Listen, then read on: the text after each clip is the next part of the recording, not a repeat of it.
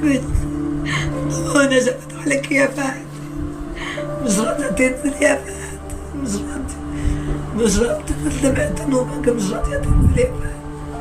معلش يا فهد، معلش، حقك علي، وسامحيني يا بنت، سامحيني، ورد علي وقول انا مسامحك يا ماما، قول انا مسامحك يا ماما، انا مسامحك، انا مسامحك. ايه عدد شعر راس، ورب وقلب رب وقلب ردينا عليك يا بنت. احنا كنت بتعذبي معذبانة في الدنيا، بس هتقابلني في الجنة عيني. معلش يا توت، معلش يا توت، كانوا بيحرشوك عليه، كانوا بيحرشوك علي، انا مسامحاك عشان عارفه اللي كان غصب عني. طلبات الهدايا، عدم لله، بيعذبوه، بيضربوه. السلام عليكم ورحمة الله وبركاته. اللي حضراتكم شفتوها دي دلوقتي بتصوت وبتعيط على بنتها، هي السبب في اللي حصل لبنتها، والمفروض ان هي اللي تتعاقب. الام دي منفصلة عن جوزها، والجريمة دي كلها تمت فين؟ في محافظة الغربية، في كفر الزيات، في قرية اسمها قرية يعقوب، كفر يعقوب.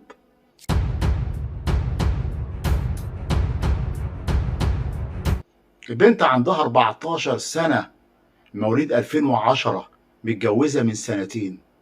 الأم خدتها من عمتها وضمتها لحضانتها، وبعد ما خدتها اتقدم لها شاب. الشاب دوت معروف عنه في القرية كلها انه عيل قليل الأدب وعيل مجرم واللي رايح جاي يتشاكل مع الناس. الأم خافت منه، والناس قالوا لها جوزه لها أحسن ممكن يعمل حاجة في البيت ولا يعمل حاجة فيكي. طب واعمل ايه؟ طيب يا جماعة اتصرف ازاي؟ هو كده صدقيني لو ما عملتيش كده ده ممكن يعمل حاجة فيكي ولا في البيت. بدل ما تاخد بعضها ممكن وتسيب الدنيا كلها اصلا، تاخدها وتروح بيها في اي مكان، رجعيها لعمتها تاني. لا، جوزتها للشاب اللي عنده، اللي هو الولد اللي اسمه احمد ده. وبعد ما اتجوزها اتضح ان هو واهله بخل الدنيا.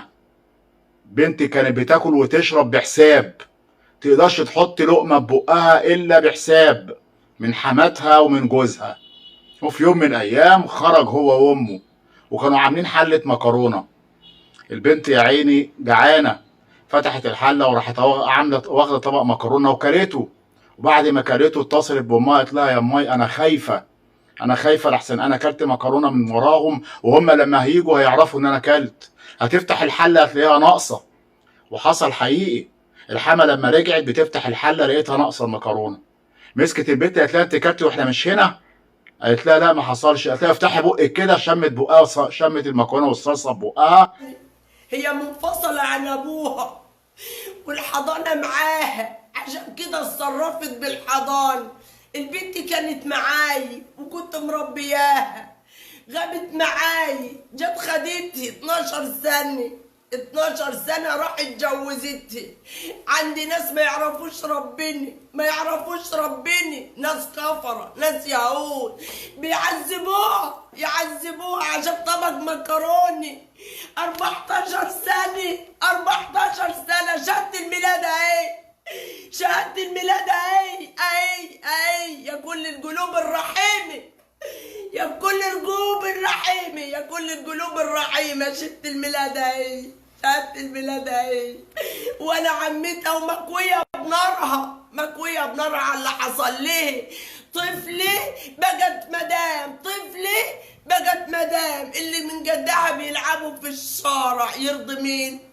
يرضي مين؟ يرضي مين؟ كل قلب، كل بني آدم، كل إنسان، كل إنسان يبص لشهادة الميلاد وديت بتاعت فاتن الصغيرة اللي 14 سنة وأمها جوزتها لواحد يعذبها ويضربها ويكوفيها بالنار ويكوي بيها، ونفاجئ يقولوا تعالوا استلموا جثة فاتن. استلم جثة فاتن ازاي ماتت؟ يقولوا لي اصلها اتزحلقت، واسرع يعملوا التسريح وعايزينها تندفن من غير ما نعرفهم. وتعالوا امضوا بس، تعالوا امضوا، تعال امضوا. ابقى قلت لا طلعت على المحامي. تعالي المحامي محمود، استاذ محمود علي حموده جاب جنبي، والباشي الريس احمد بشيح. قالت لها لا تعالى يا احمد، مراتك عملت كذا كذا. نهارك اسود. راح جاب المكوه وحط المكوه في الفيشه في المكوه، ولما سخنت حطها على جسمها وبقى يلسع في جسمها، وكان دايما بيقعد يضرب فيها، وكان دايما يعذبها بالمكوه. البنت صوتت وعيطت وقالت انا مش قاعده وهروح عند امي. راح ماسك الشومه وراح قاعد يضرب في دماغها لغايه ما خلص عليها، والبنت لفظت انفاسها الاخيره وماتت. امه قالت له موتها؟ قال لها اه. قالت له خدها بقى فوق السطح وارميها من فوق السطح، كأن البت كده يعني ايه طالعه فوق السطح بتاكل الطيور، ووقعت من فوق السطح. وحصل حقيقي ورماها. والناس طبعا لما شافوا كده على طول بلغوا الاجهزه الامنيه، وهو نزل ايه ده، ايه البت وقعت، ايه اللي وقعك، انا قلت لك ما تطلعيش. حركات كلها لغايه طبعا هنا ما رئيس المباحث قدر يعرف ان اللي حصل دوت نتيجه ان هو اللي موتها الاول، عن طريق طبعا الطب الشرعي. التقرير بتاعه طلع ان هو بنت قبل ما تقع من الدور الرابع كانت مضروبه على دماغها بالشوم، ولقوا طبعا جسمها متلسع بالمكوه. تم القبض على احمد اللي ارتكب الجريمه، البني ادم اللي ما عندوش دم ولا عنده اخلاق ولا عنده دين، اذا كان هو ولا امه. والام اللي عملت كده ببنتها اللي جوزتها وهي عندها 12 سنه، بنت قدها بتلعب في الشارع، جوزتها عرفي لغايه ما يوصل سنها القانوني، وبعد كده يتجوزوا الجواز الشرعي. وده اللي بيحصل للاسف في القرى، في معظم يعني في ناس بتعمل كده للاسف، تجوز العيله لسه صغيره اللي قدها لسه بيلعب في الشارع. عيله يعني ولسه بيقولوا عليها في تانية اعدادي تالتة اعدادي، بقت مدام. وزي ما سمعتوا كده العمه وهي بتحكي وبتقول ان هي كانت عايشه معايا بنت متهننه، امها خدتها وضمتها لحضانتها ورمتها الرميه المنيله ب60 نيله دي، نتجوزها الواحد ما عندوش لا دم ولا دين ولا اخلاق، ويموتها ويخلص عليها علشان خاطر بخيل عليها. وتم القبض على اللي اسمه احمد، وطبعا اخرته ان شاء الله الاعدام.